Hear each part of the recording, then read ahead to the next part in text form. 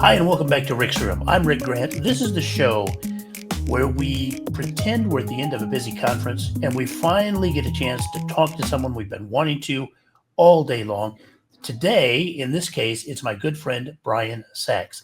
Now, you may have seen him on the television, TV news, talking about the real estate industry in the Eastern Seaboard or in Florida. You may have seen him with one of his other businesses, and that's what I want to talk to him about today. He's a moving target. It's hard to tell what Brian Sachs is going to be doing next. Brian, thanks for being with me. Rick, thank you. And yes, I consider you a dear friend for many, many decades, actually. So I'm honored that you invited me to be here. Well, you're one of the people that I would definitely seek out at a conference if I hadn't had a chance to talk to you yet. And so let's start there. I knew you, I met you at real estate conferences, mortgage lending, home finance, all that. But since then, you've done many different things. How do you do that? How do you maintain your identity when your identity seems to be shifting quite often? Well, yeah, that would almost sound like schizophrenia. I guess I have. I guess I have marketing multiple personality disorder. Maybe that's a phrase we'll coin and make some money off of. But here's the truth. The truth in that statement is, I've been in the mortgage industry 40 years.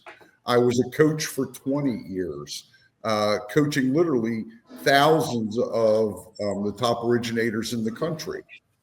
And, the timing of this interview, Rick, is really sort of important. If you aren't moving forward, you are moving backwards.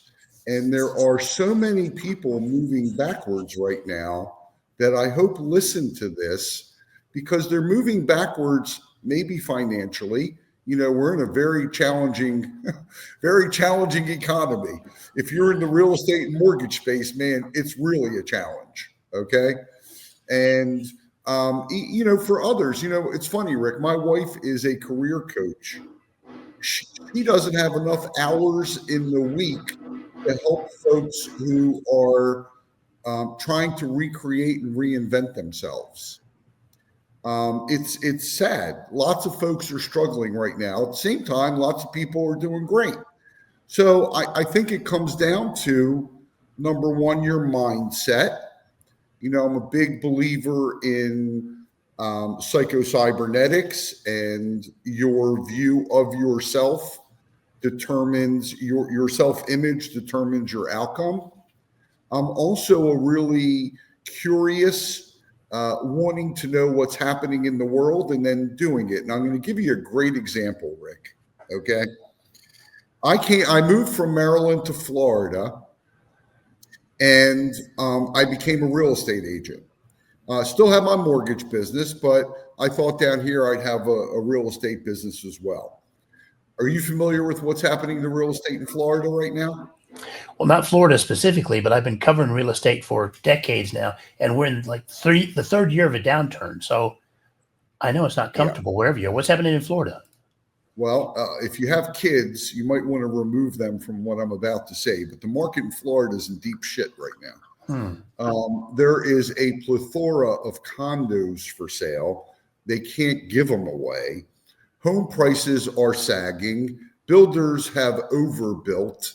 And there's lots and lots of challenges in the Florida market, which have been going like this, whoosh, right? Yeah. And now it's starting to go like this. And so there's some trouble here. So you could look at it two ways. You could go, damn it. I moved to Florida, got a real estate license, and now there's no business. Who for me? For me, right? That's one way to look at it, and you're not wrong. My timing sucked. There's another way to look at it. How do I make money in this market? And let's go deeper, right? How do I deal with buyers or sellers who have to sell? They're not sensitive to price. They're not, they need to do it right away. They're an extremely motivated seller. And how do I get them to instantly trust me when I'm new to Florida and nobody knows who the hell I am? So who are we talking about, Brian? Are we talking about people that get a new job in California and they've got to move? Oh, well, that's the question. So here's the question. How do I find a motivated seller who's realistic about price, who has to sell their home right away? And how do I get them to instantly trust me instead of anyone else? It starts with the questions, doesn't it? Okay. It starts. I'm an old reporter, Brian. You're speaking my language now. But where are the answers? That's what's okay. Well, I'm going to give you answers. You know, I never leave you hanging. We know each other long enough. So, what is Florida all about? Do you know what they call Florida? God's waiting room. I was going to say retirement. Right. Okay. Well, it's more than retirement. It's permanent retirement, right? Right. So it's God's waiting room. Whether you want to hear that or you don't, people come down here, they retire, they drop dead. That's what happens. That's the cycle, right? And so now we're getting closer to an answer. There is, on every corner here, a new assisted living community coming up or being redone. Literally everywhere. There is an enormous population. So now I'm coming closer to an answer, right? Right. Okay. Here is a motivated seller. They live in their home. They're going to an assisted living community. They have to sell. The kids are out of town, right? And they have to go into that community for medical reasons. And they have to sell the home because in 90% of the cases, that's where the asset is, right? That's the money to fund their stay in a retirement community, in a assisted living community. Now, assisted living can be independent, assisted, memory care. It's all different levels, right? Right. So now I've answered part of my question. Okay, who? Yeah, and that market seems big to me, Brian. Is it as big as I think it is? It's bigger. Oh, man. Okay. All right. It's bigger. You know, 12,000 of us turn 65 every day. Every day. Okay. So now I had a third part to this question. What was the third part? How do I get them to know, like, and trust me if I'm new to the area and nobody knows who the hell I am? Right. What do you think about that one? Well, I love that question in general because doing PR as I do, that's pretty much what we do. But how do you do it? How are you approaching that problem? Because that's significant. Yeah, it's significant. I stopped coming to them as a realtor. Well, what do you come to them as? Pause for effect, huh? Right. Well, what the hell is this nutcase talking about? Well, they have to move, don't they? Right. They have to move into a community, don't they? Right. Okay. Well, look at this. The community will pay me the first month's rent as a placement agent. If I suggested a family where they should move to, and they need a move. And so I created a company called Your Dependable Partner, which is a senior move management company. So you can come as a realtor and you're competing against 15 other knuckleheads. Excuse my language and no disrespect because I'm a realtor also. Okay. But what if I came as a senior move manager? I'm referred by the assisted living community or another placement agent or even another realtor, right? And I get paid whether you list with me or not. So I'm going to help you move. I'm going to coordinate your downsize. I'm going to coordinate getting rid of the stuff that needs to be donated, the stuff that needs to be shipped out of town to out of town relatives, stuff that's valuable we'll auction off. And I'm going to help you make that move.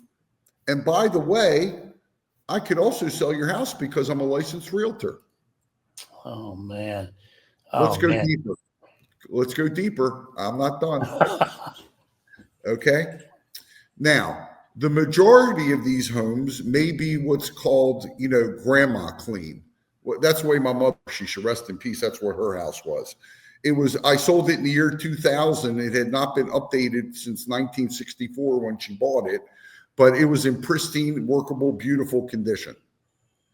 So a lot of these homes have issues. Maybe they were, active collectors, otherwise known as hoarders, right? Right. Maybe they were just, they just didn't have the money to update things.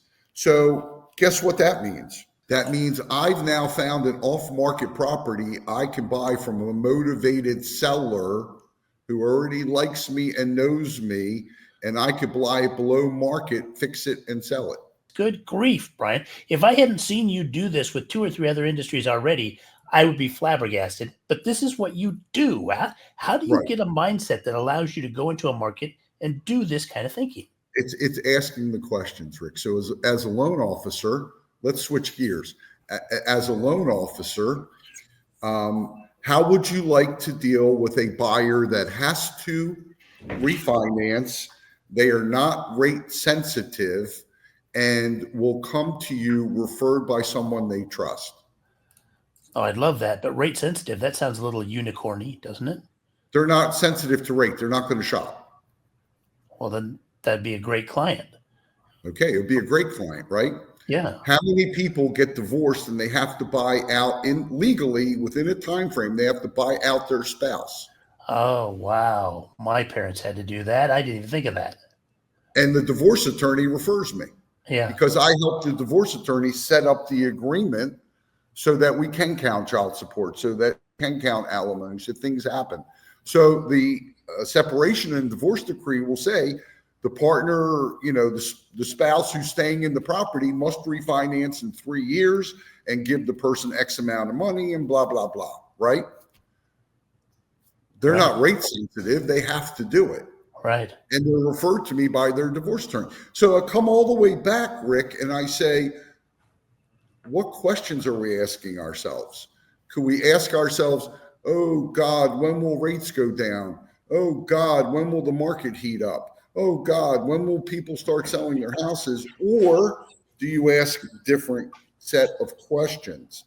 I'm about to teach real estate agents the method I just told you about. Mm-hmm. Coming in a different door, and you'll like the name of it. It's called the always paid agent. Because think about it. Even if I don't get that listing, I still got paid for the move, didn't I? Right. Right. But if I came in as an agent, I would help them with the move, and I might not even get the listing, and I certainly wouldn't get paid. And what's beautiful about this, Brian, is you're actually adding real value. At that stage in their life, they need someone to coordinate that move. Their kids are out of state. 100%. I went through this with my parents. I didn't know there was such a thing. Right. I just dug in for weeks and did it. And if the kids have to come to God's waiting room and spend a month or two here trying to figure it out, that's a problem. Yeah. Yeah. Oh man, we're already bumping up on time, Brian. This is fantastic, but I'm not going to let you go. There are people that are going to listen to this show. They're going to see this and they're going to think, I need to find better questions. I need to approach my market differently. How is the best way for them to get in touch with you? Well, I guess they could send me an email. You can send it to my newest email address, Rick, alwayspaidagent@gmail.com.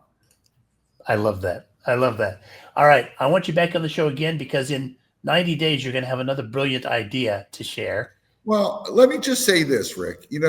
I'm full of ideas. I'm full of lots of stuff. My initials are BS and my eyes are brown. But the reality is you could go online right now and look at yourdependablepartner.com and see that I did it. And that's really the last question. Should you do it? And will you do it? I'm all about getting, there are two kinds of people. Do I have a minute, Rick? You do. Go ahead. Okay. There's two kinds of people in the world, and you have to determine what kind of person you are going to be, right? One person, there's a pool of water, okay?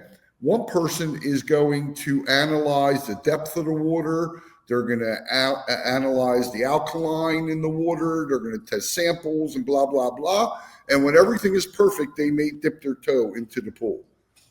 I am the kind of person that will jump in that pool and on the way down, pray that there's water. And that's not healthy either, by the way. Okay. Well, it has been for you, sir. You've done really, really well. I love seeing your success and hearing about your new ideas. Promise me you'll be back on the show in the future. Absolutely. And folks, Rick is someone you want to pay attention to. And I'm honored, Rick. And I mean that very sincerely that you would have me on the show. Thank you. Well, we'll do it again. And thanks for watching. Thank you.